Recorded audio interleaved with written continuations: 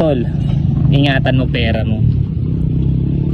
Nakwenta ko na to dati sa mga una kong vlog na yung nanay ng tropa ko ay OFW.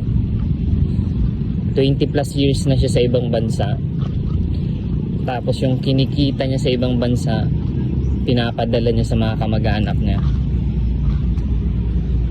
sa kapatid niya, sa pamilya niya, sa anak niya, sa pinsan niya, sa mga inaanak niya. Yun, lahat niya yung pinapadalhan para walang magsama ng loob, walang magselos. Lahat niya yung pinapadalhan. Story long short, patapos na yung kontrata kasi 50 years old na yung nanay ng tropa ko. Kailangan niya ng umuwi at mag-settle dito sa Pilipinas.